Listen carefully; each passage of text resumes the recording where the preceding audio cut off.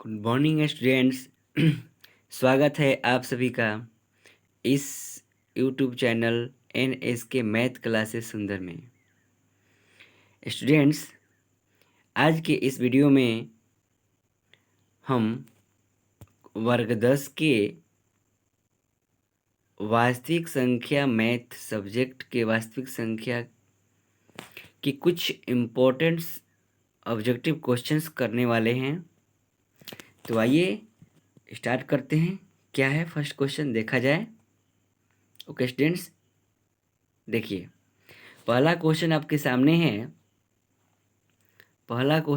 सामने है स्टूडेंट्स कि 3 माइनस, ध्यान दीजिए स्टूडेंट्स, 3 - है क्या है?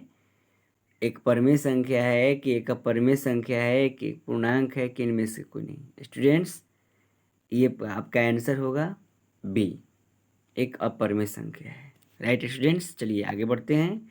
प्रश्न संख्या नंबर दूसरा कह रहा है कि निम्नलिखित में कौन परमेय संख्या है? ओके स्टूडेंट्स, तो देखिए इसका आंसर होगा ए, सही ऑप्शन होगा ए।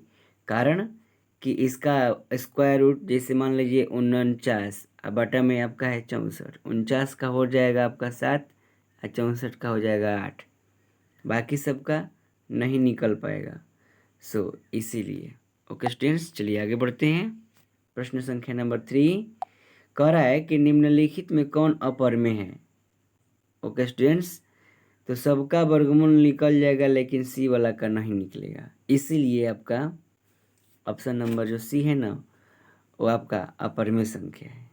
ओके स्टूडेंट्स, चलिए आगे बढ़ते हैं। प्रश्न संख्या नंबर आगे की ओर कह रहा है कि इनमें से कौन संख्या अपरमेय है? तो इसका आंसर होगा √20। अगला क्वेश्चन है कि 2√3 कौन सी संख्या है, मतलब है कौन? तो इसके अंतर्गत में आने वाली रेखाएं जो होगी, आंसर जो होगा ना, वो परमेय संख्या होगा। राइट स्टूडेंट्स, परमेय संख्या। चलिए आगे बढ़ते हैं। कह रहे अगला क्वेश्चन कि π/2, निम्नलिखित में π/2 क्या है? निम्नलिखित में π/2 क्या है? तो स्टूडेंट्स, π/2 अपरमेय संख्या है। चलिए आगे बढ़ते हैं। प्रश्न संख्या नंबर 7 कह रहा है क्वेश्चन कि निम्नलिखित में कौन अभाज्य है? तो इसका आंसर मेरा सी यानी 11 होगा। और स्टूडेंट्स अगला देखते हैं, 1440 में अधिकतम घात क्या है? 2 का अधिकतम घात क्या है? तो स्टूडेंट्स, आप जब इसको गुणनखंड कीजिएगा 1440 का, तो 2 उसमें 5 गो आएगा। क्या गो आएगा? 5 गो आएगा, यानी 2 के पावर 5 आ जाएगा। इसलिए यहाँ पर रिजल्ट सी हो जाएगा, ऑप्शन नंबर सी। चलिए आगे बढ़ते हैं। प्रश्न संख्या नंबर 9 की ओर कह रहा है क्वेश्चन में कि निम्न में कौन परमेय संख्या है? स्टूडेंट्स ध्यान दीजिएगा, इसका आंसर बी होगा, कारण कि √2 कट जाएगा। चलिए अगला प्रश्न है,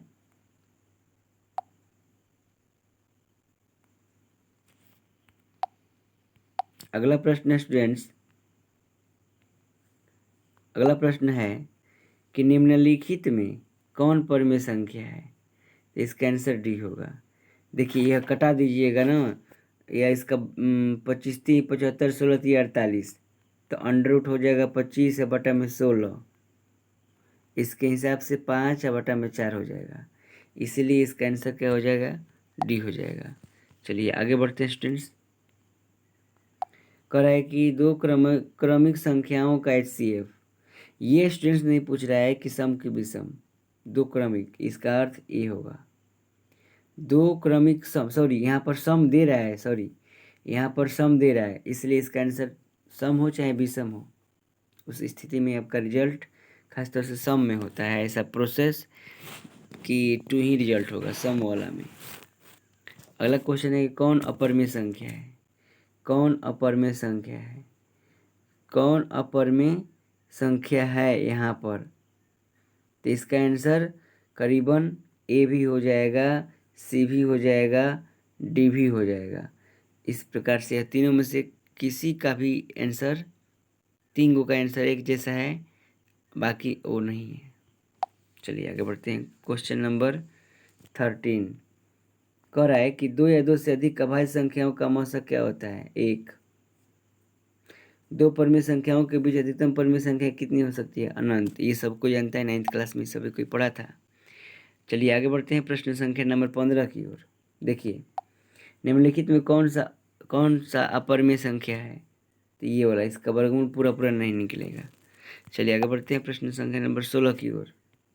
देखिए स्टूडेंट्स, वृत्ताकार पथ पर 3 धावक एक ही स्थान से दौड़ना प्रारंभ करते हैं तो एक चक्कर लगाने में क्रमशः 2 घंटे, 4 घंटे और 8 घंटे लगते हैं। तीनों का प्रस्थान बिंदु और पूर्ण बिंदु में लिया गया या लगाया गया समय ज्ञात कीजिए। तो इसके हिसाब से एलसीएम निकाल दिया जाएगा। 2, 4, 6, 2 एकम 2, 2 दूनी 4, 2 तीन 6, 2 दूनी 4, 4 तीन 12, 12 आ रहा है। तो इसका आंसर हो जाएगा सी, ऑप्शन नंबर सी, 12 घंटे।